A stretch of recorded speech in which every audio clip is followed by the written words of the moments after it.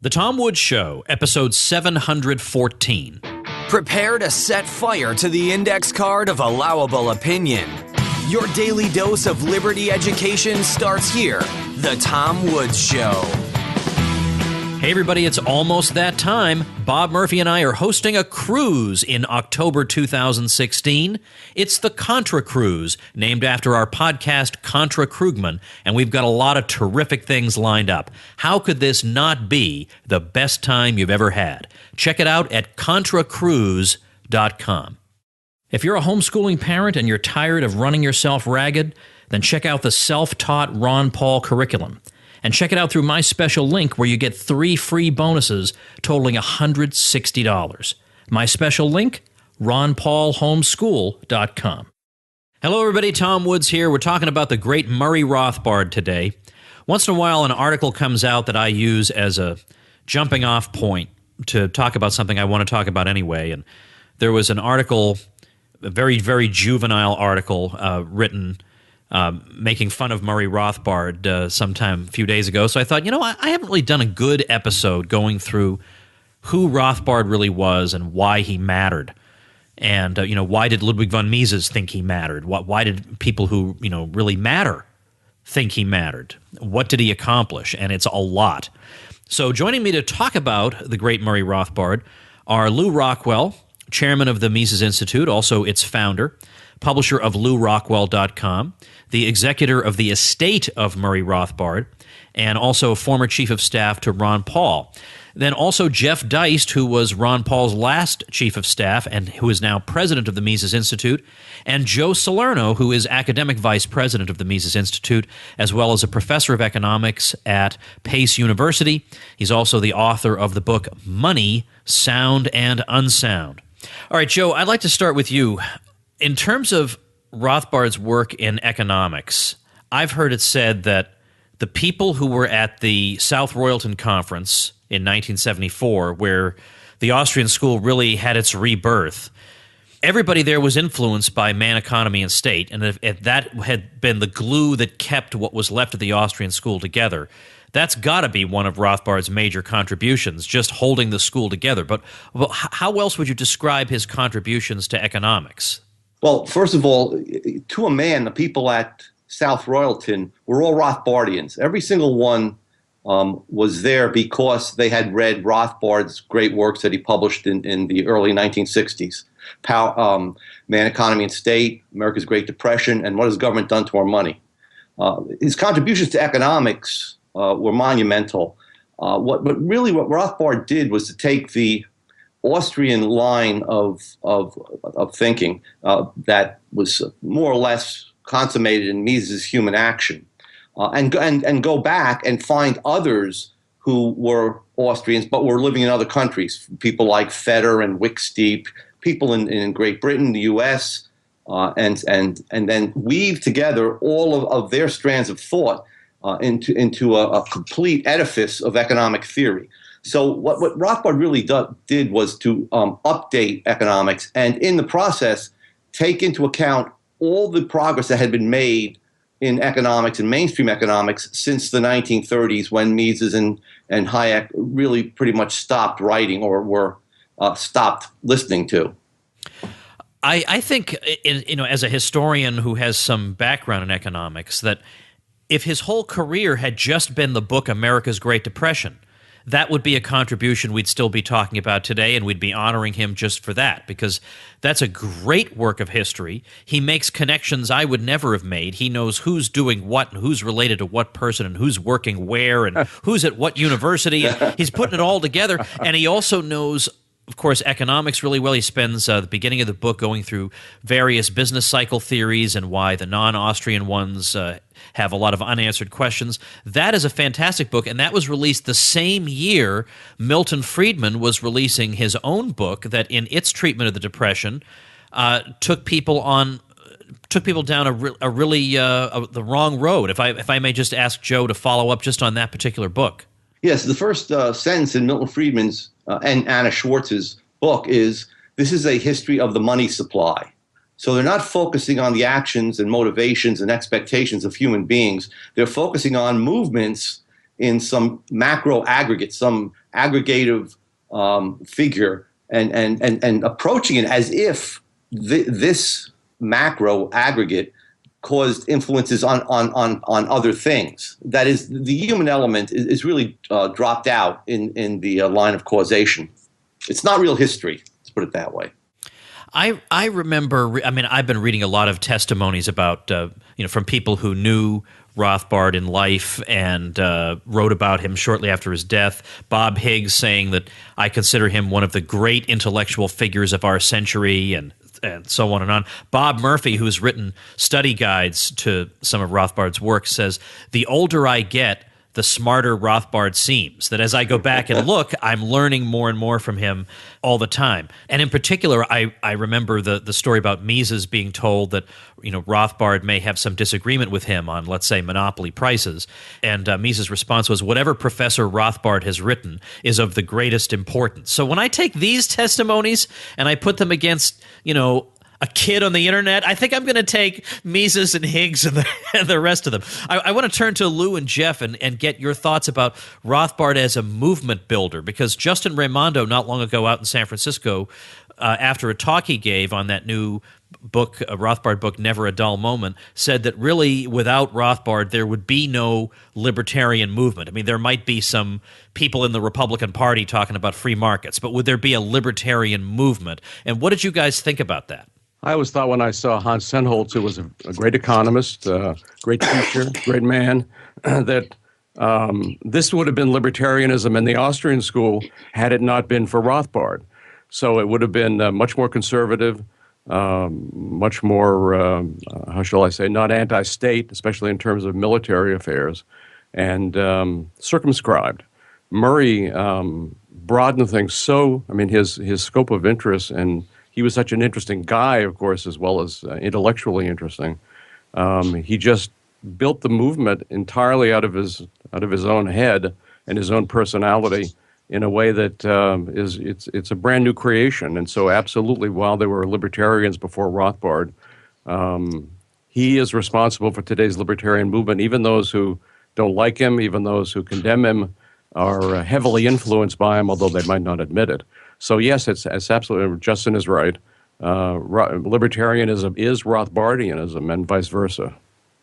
The other thing, Tom, is that he's just so accessible, and there's so much Rothbard out there to read. I mean, at this point, who can recall who was the chairman of the Harvard or Columbia Economics Department in Murray's day? Who can even name the last 5 or 6 Federal Reserve chairs? How much influence does Arthur Burns have today? Whereas Rothbard, it's a great testament to him that he lives on and that he grows after his death. And from my own experience, having an opportunity to go to UNLV and sit in on one of his classes and visit with him briefly, he was so open to his students, so willing to come to a little off-strip place called the Stakeout in Las Vegas, where Murray and sometimes Hans Hoppe would come with their own students on a particular evening every week.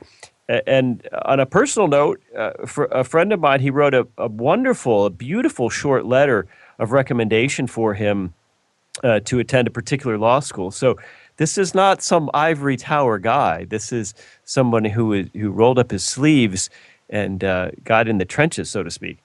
And I love the fact that you can appreciate him on so many different levels. You can appreciate his economic journalism, his speeches, his approach to the general public. But then you read his scholarly articles, and the Mises Institute collected them in a giant book called Economic Controversies, and you see the level he's coming from. And not to mention, of course, if you read Man, Economy, and State, it's astonishing that he was writing this in his late 20s and into his 30s and published when he was 36. I mean, it makes the rest of us feel, inadequate. I don't know quite how to put it. I was once at his house in Las Vegas, and he had just come back from the Western Political Science Association meeting. And so he had brought all the papers from the meeting, and they were stacked on the dining room table. And he at least went through and saw just to see if there was anything interesting in them, and at least read in them, certainly skimmed, and some of them he read thoroughly. Every single paper that had been delivered at this not very important meeting. That And when you look at Man, Economy, and State and some of his other works, it's just he was also totally familiar with the mainstream literature. I mean, he knew everything that had been written in the mainstream. So he didn't come at this from any kind of isolationist, if we can use that wonderful word in this context, position. He was so plugged into everything and everybody throughout all of history, all of economics. And of course, he was a great movie reviewer. I mean, a sports expert, knew everything about the Olympics, knew everything about basketball. What a guy. I want to say something about the Vietnam War because he had to split with a lot of the right wing because of that. And, it would have been easy for him to just say, well, you know what, I'm an economist and I won't talk about foreign policy. But that would have been like telling Ron Paul to not talk about foreign policy. It can't possibly happen. So he becomes isolated from almost everybody. And yet he's trying to reach out to people who will listen. He's trying to build coalitions. But there was a time when Walter Block tells this story recently at the Mises University program. Walter was asked, Walter was saying that he asked Murray, how many libertarians do you think there are in the world today? And Murray said, about 25. Now, almost anybody at that point would have said, I guess this doesn't work. It doesn't resonate with people. Maybe I'm wrong. I mean, because Rothbard was, but yet he carried on. I mean, the fact that he was courageous and intellectually courageous enough to carry on under those circumstances is impressive. And then secondly, it is not fair to compare Rothbard to a lot of other people for a variety of reasons. For one thing, he's calling for no state whatsoever. I mean, it's easy, relatively easy to come along and say, maybe we don't need this government subsidy or that government subsidy. But he's saying all services can be provided on the free market. There are free marketeers who don't even accept that. He's demanding that you fundamentally change the way you think. That's extremely difficult to do. And the fact that we now have, I don't know what the number is, but many, many, many orders of magnitude greater than 25 people who are outright anarcho-capitalists, nobody else did that. Rothbard did that. Well, it's true. And just to mention one thing about if we can call it a good thing about the Vietnam War, it got Murray his job at Brooklyn Polytechnic because he, Brooklyn Polytechnic, now part of NYU, was an engineering school, not a great engineering school. The only place he could get a job, took him a while to get a job. And he ascribed it to the fact that they were all leftists, of course, like in every other university. But they all appreciated the fact that he was such a knowledgeable and passionate opponent of the Vietnam War, that he knew, far more about all the issues, all the various peoples involved, all the government officials involved, that he was just a world-class expert on Vietnam and the Vietnam War and the history of Vietnam, and they were all stunned by this, so they sort of forgave him his economics. I want to say something about every once in a while you get some libertarian punk who writes an article about Rothbard, and I saw one recently saying, we should really admire Friedman more, and Rothbard was, quote, politically retarded, and I thought, well, this is not really the argument I want to be having, but as long as it's been brought up, let me take a look at it. And so I personally think, although it's an embarrassment of riches, that the Iraq War may have been the single stupidest war in American history. So here's Milton Friedman on this question. Not exactly a libertarian titan when being asked about this. He's interviewed and he's asked, you describe the concentration of power as the greatest threat to freedom and thus to the economy as well. Many people judge the current war against Iraq very critically for this reason. You as well? Friedman's answer, a clear no. U.S. President Bush only wanted war because anything else would have threatened the freedom and prosperity of the USA. And then in another interview, do you agree? Here he is. Here's his bold answer. He's asked, do you agree with President Bush that the actions in Iraq were necessary as a part of our war on terrorism? Friedman says, I think you can argue either side of that. Where I do feel strongly is that having gone into it, whether we should have or not, we must see it through. Oh, well, there's a great libertarian position. And then somebody says, even if it costs some of our freedoms, and he says, there's no way to avoid a burden on your freedom. The costs themselves are a burden on your freedom. The restrictions that are necessary in order to get rid of the terrorists are a burden to your freedom. So there's no way in the short run to avoid a restriction on your freedom. But if we're going to avoid a permanent reduction in freedom, we have to see this war through. Now, I'm telling you, that is more politically retarded, if I may use that phrase, than anything, all of us put together could possibly imagine. So, but Joe, tell us about, and again, we didn't start this, okay?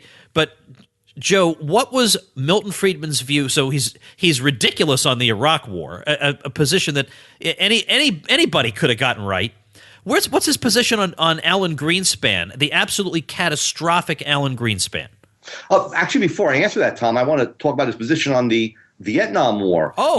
There's a myth out there that he was anti-draft and anti-Vietnam War. But in fact, he continuously lobbied to have the anti-Vietnam War, anti-draft people split the two issues.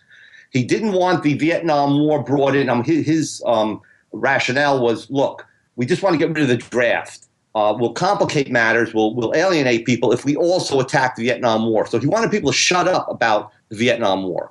He wanted to focus on the draft and having a professional army. Now, for what reasons, I don't know, but he was not an outspoken opponent by any means of the Vietnam War, much to his discredit. Now, let me talk about his position on Alan Greenspan. Friedman, from the 1980s onward, the great empirical economist, got almost every single major prediction that he made incorrect.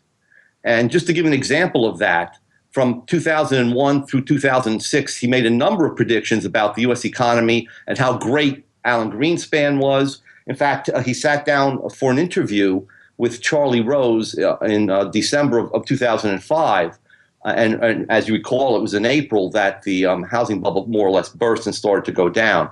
And he went on and talked about how great Greenspan was and how we have not had this type of good performance from the Fed and unprecedented prosperity in the American economy as we have had for the last 20 years under Greenspan, or however many years it had been by that time.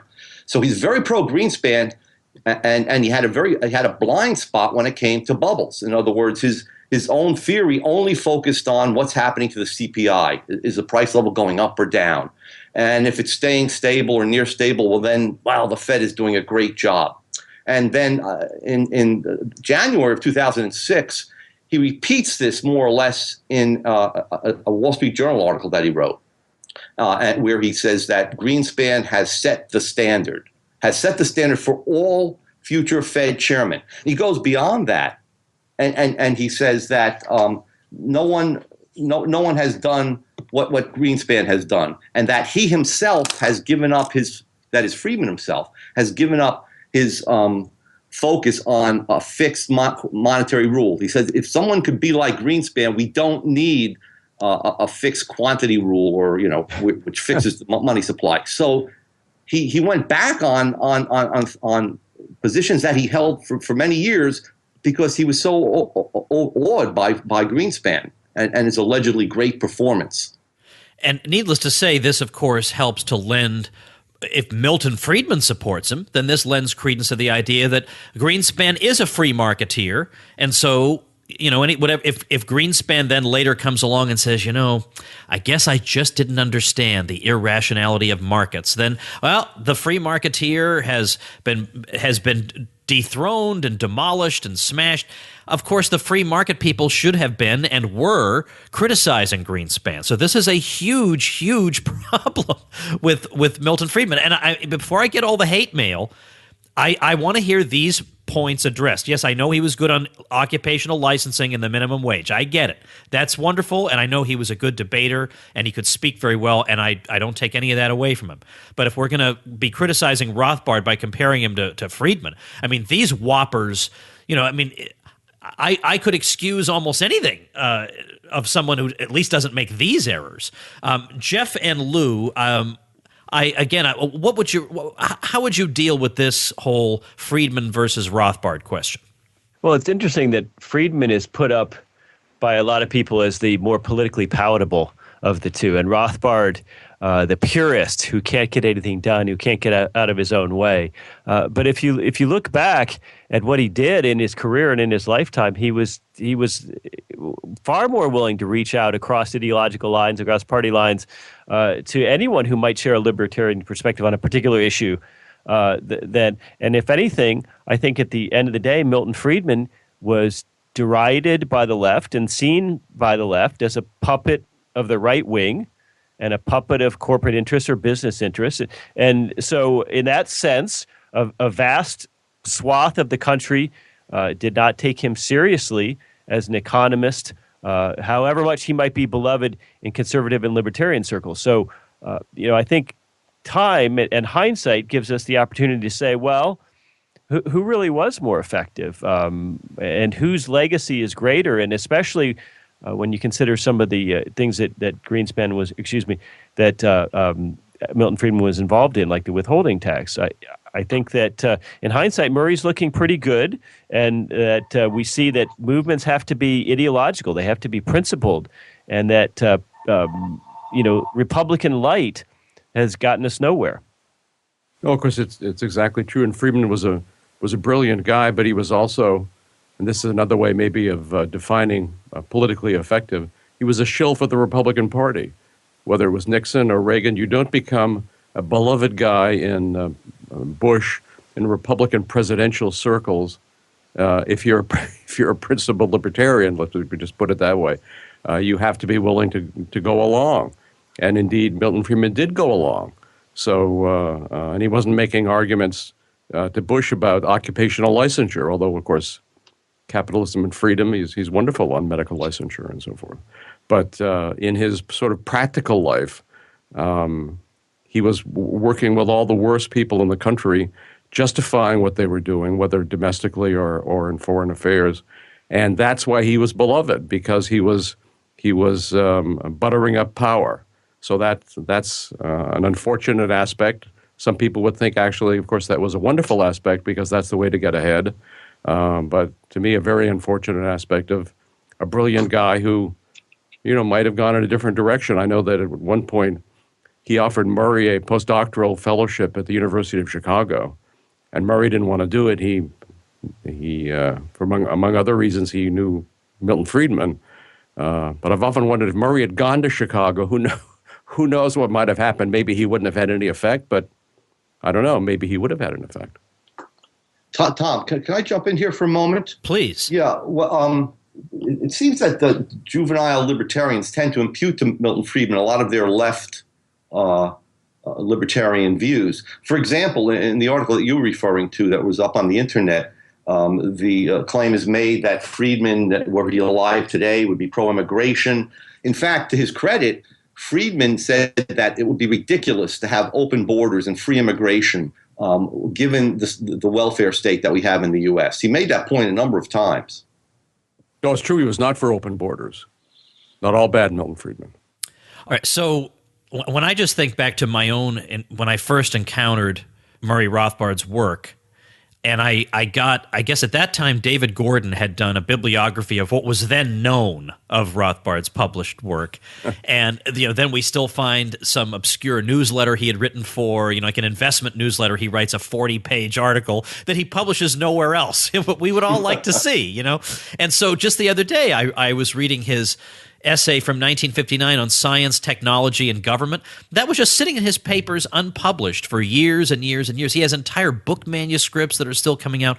It was incredible for me to grasp this because everything I read by him, I was a young, Ivy League college student, and it was more impressive than anything I was reading in school, that's for sure. And he could write across disciplines. He writes For a New Liberty, which is like the case for libertarianism to a world that had never heard of it before. That was published by Macmillan. That's a big deal that happened. But he writes, The Ethics of Liberty has a lot of challenging stuff in it. He's got a 4-volume history of colonial America that he wrote as a spare time project. He writes the treatise on Austrian economics that keeps the whole school going and that shows his complete familiarity with all the mainstream literature. He's got The Panic of 1819, bringing an Austrian analysis to that period. America's Great Depression, showing how the Austrian theory of the business cycle can account for the Great Depression. Popular books like What Has Government Done to Our Money? Thousands and thousands of articles that have then been collected into books. He kept up correspondence with all kinds of important intellectuals. He edited 2 scholarly journals, a bunch of other publications, and was constantly encouraging students and young professors. what more could the guy possibly do at that point? I mean, what more could you expect? And I'm still just scratching the surface, not to mention what he did on U.S. foreign policy, U.S. international monetary policy. It never stops. You can't even stop listing all the things he did. So the motivation for going after this guy, I'm sorry, it's hard for me to see it as anything other than perverse. I was like what Guido Hulsmann said at the Mises University a couple of years ago. He was talking about Mises and how to be a Mises scholar, and he said, it is possible, as prolific as Mises was, to read everything Mises wrote. He said, however, I don't care who you are or what you are, it's impossible to read everything Rothbard wrote. He wrote this is a man who wrote more than somebody can read. And that's, of course, just one aspect of his genius. And he did this before the internet. Before the internet. You would have loved the internet, of course. I mean, things that we would have had to, mere mortals would have had to look up using Google, right? He just knew. And he produced all this on a typewriter. And just to think of all the simple ways that today we could have improved his productivity, in a way, it's just as well, because then we would never have gotten to any of it. Well, we were lucky to have him. All of us who knew him, all of us who learned from him, all of us who have been influenced by him. And really, he's a giant figure, and becomes, as Jeff points out, a more giant figure because everything's up online. Speaking of Friedman, I had made said in a blog that I wondered if Rothbard was the best read economist in the world today. Maybe it's Paul Krugman, I don't know, but certainly Rothbard's right up there. And I said much more so than Milton Friedman. So somebody on David Friedman's blog, David Friedman was upset about that comment, and somebody in responding said, look, this is not a fair comparison. Milton Friedman's books are all extremely expensive. All of Rothbard's books are up online for free at the Mises Institute. So it's unfair to say Rothbard is better read. Well, I thought, okay.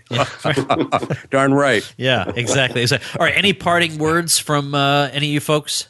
Yeah, Tom, I just want to mention that, Rothbard is still publishing. One of our fellows, Patrick Newman, has put together Rothbard's 500-page work on the progressive era. So we will have that coming out in the next year or two. What? Yes. And Tom, your listeners should know that the Mises Institute will be publishing another book this fall from Murray, again edited by Justin Raimondo. But this is about a 100-page treatment he wrote on libertarian strategy that he presented as a paper at a conference. So that's going to be out this fall, and I think it's going to open some eyes as to Murray's role and his thoughts as a tactician. Well, let me say that I actually got to edit and write the introduction for another Rothbard manuscript now published, The Betrayal of the American Right. Joe did the same for Rothbard on history of money and banking in the United States. So it's kind of like anybody who's anybody has to have written an introduction to a posthumously published Rothbard book or something. I mean, it's just unbelievable. I mean, if we just judged him by the stuff he's produced since his death, he'd be a great economist. Unbelievable. All right. Well, thanks to Lou Rockwell, Jeff Deist, and Joe Salerno for your time today. Thank you, Tom. Okay, Tom. Thank you. All right. Now, before I let you go, I want to tell you one quick thing, and then I want to give you a quick tip that might be helpful to you. Quick thing I want to tell you about is yet another website started by a Tom Woods Show listener. It's madnessofcrowds.com. That is a brilliant idea. Madnessofcrowds.com. And the tagline is a critique of herd mentality in politics, finance, economics, foreign affairs, and culture. Absolutely great, because we have plenty of herd mentality in the United States and around the world, but particularly in the United States, it seems like political debate and debate on other subjects is so artificially constrained, and people just more or less go along with that. They confine themselves to the opinions that have been laid out to them as acceptable, and anybody who is outside of that is obviously crazy. So there's this herd mentality that's encouraged by this, and madnessofcrowds.com was created to fight back against it. So I recommend you check it out. He's just getting started, but there's already some good content up there. He's going to be adding more every single week. So Madness of Crowds is where to go to check that.